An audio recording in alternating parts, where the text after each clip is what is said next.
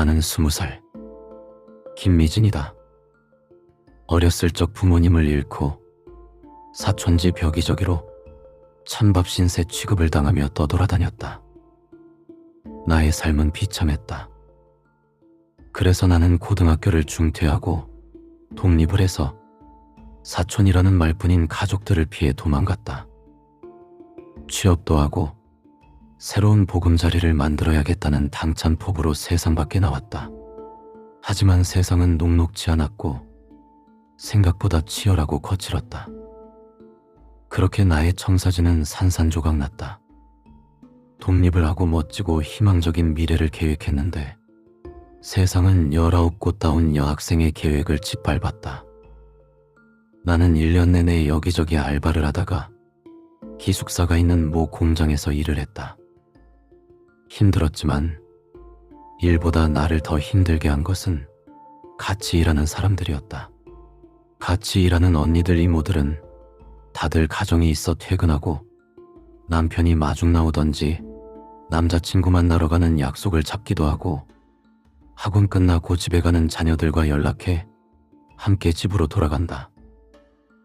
심지어 기숙사에 있는 나를 제외한 3명도 주말이 되면 집으로 돌아간다. 그러나 나는 아무도 없다. 나만 깜깜한 기숙사로 돌아간다. 솔직히 기숙사로 돌아가는 것은 아직 집을 못 간 것이나 마찬가지다. 어쨌든 이 공장에 남아있는 거니까 공장 밖으로 나가고 싶다. 깜깜하고 무서운 곳. 나는 그렇게 문 열린 감옥에서 청춘을 보내고 있었다. 나의 밝은 미래는 없었다. 그러던 어느 날 입사한 지 3개월 만에 사장님을 처음 만났다. 나는 너무 놀랐다. 사장님은 키도 훤칠하게 크고 어깨도 넓고 너무 잘생겼다. 배우를 해도 될 정도로 나이도 젊은데 수천 명의 직원들이 있는 공장들의 사장이라니. 나와는 다른 세계 사람이다라는 생각이 내 머리를 세게 때렸다. 눈호강 제대로 시켜주는 이 회사는 특이했다. 직원들 복지로 심리 상담을 진행했다. 상담을 통해 회사 내에서 부서를 이동한다든지 직원들의 가계 문제에 있어서는 몰래 회사 내에서 직원들에게 싼 이자로 돈을 빌려주기도 하고, 사장님은 완벽한 외모와 따뜻한 마음씨를 갖춘 소위 완벽남이다. 정말 완벽한 남자. 그날 밤 나는 밤새 사장님 생각에 잠을 이루지 못했다. 그래서 그런가? 일할 때면 항상 피곤하고 지쳐있다. 그때 부장님이 나를 불렀다. 나를 따로 불러서 상담실로 들어가라고 했다.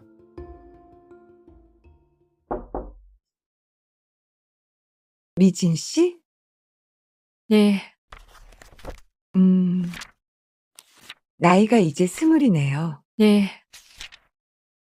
고등학교 중퇴하고 알바 생활로 1년 정도 보내시다가 우리 회사에 입사하신 거고, 부모님도 다 돌아가시고, 저 혹시 어린 시절 이야기를 들어볼 수 있을까요?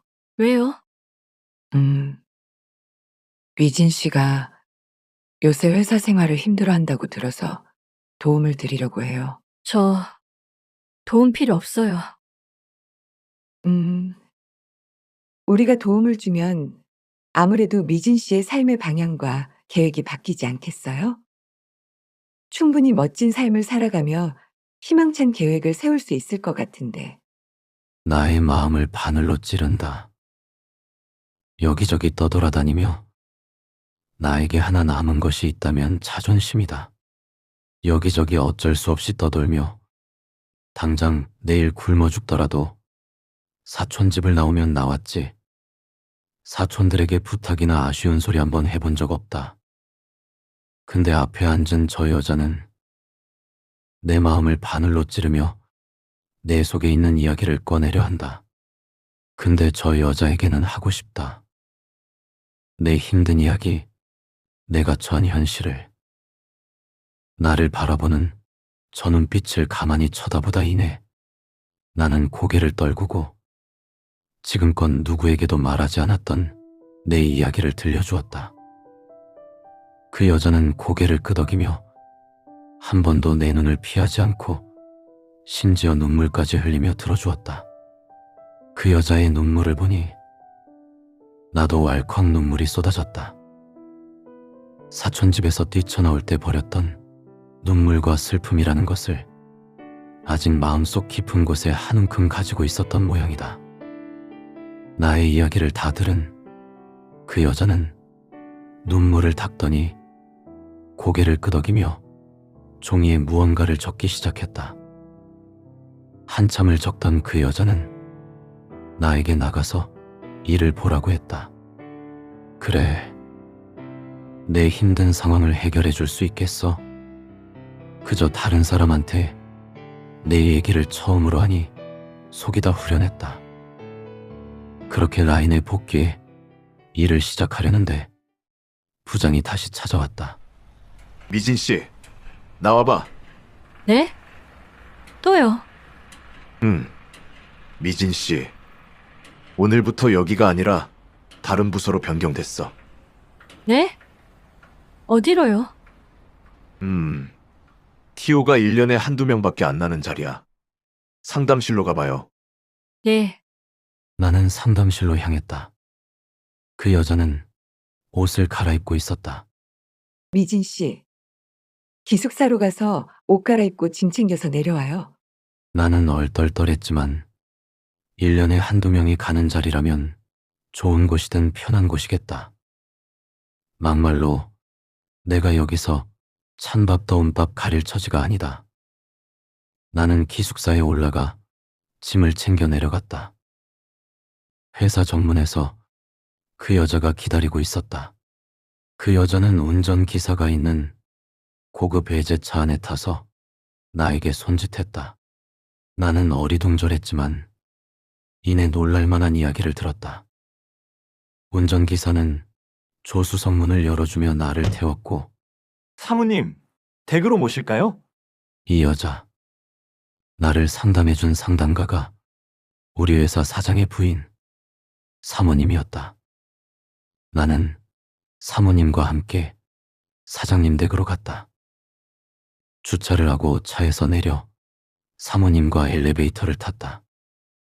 엘베가 있는 단독주택은 태어나서 처음 봤다. 아니, 들어보지도 못했다. 엘베는 통유리로 되어 있는데 마당에는 정말 넓은 잔디밭이 깔려 있었다. 사모님을 따라 1층 거실로 향했다. 사모님은 직접 과일을 갈아 음료를 만들어 내게 내주시며 말했다. 미안해요. 미진 씨 승낙도 없이 아무것도 안 알려주고 끌고 와서. 어떤 거요? 우리 집 도우미 아가씨가 일을 그만뒀어요. 그래서 집안일을 봐줄 사람이 필요한데 미진 씨가 좋을 것 같아서. 그럼 제가 가사 도우미라. 무조건 하라는 게 아니고 미진 씨가 원하면 이 집에서 머물면서 같이 지내보는 게 어떤가 해요. 싫으면 안 해도 돼요. 이 집에 머물면서라면 같이 살면서 우리 집 일을 봐주고 대신 지금 받는 월급보다 더 후하게 쳐줄게요. 나는 고민하는 척을 했지만 사실 이 집에서 살고 싶다. 내 집은 아니지만 이 집에서. 그때 사장님이 들어오셨고 사장님을 보는 순간 마음의 결정을 내렸다. 네. 사모님, 열심히 하겠습니다. 그렇게 나는 사장님 댁의 가사 도우미로 들어가게 되었다. 나는 1층의 주방 옆 전 가사 도우미가 쓰던 방에 짐을 풀었다. 화장실과 욕실이 딸린 작은 방. 문을 열고 나가면 내 방보다 넓은 주방이 눈에 들어왔다. 나는 짐을 풀고 나왔다. 그런데 이렇게 큰 집을 나 혼자? 그때 사모님이 오셨다. 미진 씨, 내가 이력서를 보니까 식당에서 일도 많이 했고 요리 자격증도 많던데. 미진 씨는 주방 일을 봐주면 되고 청소는 3일에 한 번씩 청소업체에서 올 거예요. 그러니까 주방 일만 신경 써줘요. 그이가 음식에 상당히 예민해서. 나는 사모님이 주신 식단표를 받아들었다. 주방일만 보는 거면 상당히 꿀이다. 사장님이 2층에서 내려오셨다. 나는 고개를 살짝 숙이며 인사를 했다. 사장님은 살짝 미소를 띠시고는 인사를 받아주셨다. 볼수록 멋있다. 그렇게 내 첫 임무는 오늘 저녁이다. 밥을 안 치고 찌개를 끓이고 고기도 볶고 나름 첫 식사 준비라 정성을 쏟아 준비했다. 사장님 내외분이 내려오셨다. 두 분은 자리에 앉아 식사를 하셨다. 사모님은 나를 쳐다보더니 미진 씨, 같이 와서 먹어요. 저도요. 그래도 어떻게 제가 그래요. 같이 밥 먹는 게 뭐 어려운 일이라고. 사장님 내외와의 식사. 밥이 코로 들어가는지 입으로 들어가는지 몰랐다.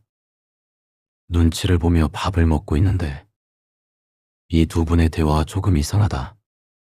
다정하고 따뜻한 부부의 대화인데 이상하게 정이 없고 사무적이다.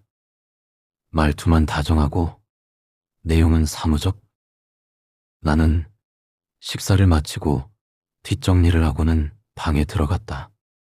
불 꺼진 방. 공장보다는 100배 천배 낫다. 한참 뒤척이며 잠을 못 이루는데 주방에서 달그락거리는 소리가 났다. 나는 혹시 쥐? 아니면 도둑? 문을 살짝 열고 밖을 봤다. 그런데 사모님이 주방을 뱅뱅 돌고 있었다. 뭐지? 그것도 눈을 감고 설마 목류병? 그때 사장님이 내려오셨다. 사장님은 사모님을 감싸 안고는 2층으로 올라가셨다. 이런 대저택에 돈 많은 사모님이 목류병이라니. 누군가 문을 두드렸다. 사장님이다. 저기, 미진 씨, 얘기 좀 할 수 있을까? 네. 사장님은 거실에 앉아 나에게 말을 건넸다. 저, 아까 봤어요? 괜찮아요. 말해봐요. 네. 일부러 보려고 한 건 아닌데. 그야 당연하죠. 고민이에요. 전에 일하던 혜진 씨도 저 사람 목류병 때문에 그만뒀거든요. 목류병 때문에요? 네. 내가 걱정이 돼서 혹시 저 사람이 밤에 나갈까봐 지켜봐달라고 했는데 그게 많이 힘들었나 봐요. 이젠 저도 지치네요. 치료도 안 받는다고 하고. 나는 사장님의 손을 잡았다. 사장님, 제가 할게요. 네? 제가 할 수 있을 것 같아요. 아니, 하겠습니다. 사장님은 나를 보며 씩 웃으시더니 고맙다고 손을 잡아주셨다. 내 심장은 두근댔다. 이 일은 사모님을 위해서이기도 하지만 사장님을 위한 마음이 더 컸다. 사장님을 좋아하는 것 같다. 나는 사장님께 인사를 드리고 방에 들어왔다. 떨리는 마음에 창밖만 하염없이 바라봤다. 하지만 나의 방 창 너머에는 뒷산이 보인다. 꽉 막힌 뒷산. 답답하다. 나는 문을 열고 거실로 나왔다. 거실의 큰 창 너머엔 드넓게 펼쳐진 잔디밭과 한눈에 들어오는 멋진 경치.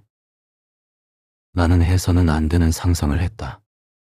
이 큰 저택에서 사장님과 단둘이 오손도손 함께 사는 위험한 생각, 이 저택을 갖겠다는 생각과 안방을 차지하겠다는 생각. 나의 삶은 더 이상 내려갈 곳이 없다. 이제 올라가는 일뿐.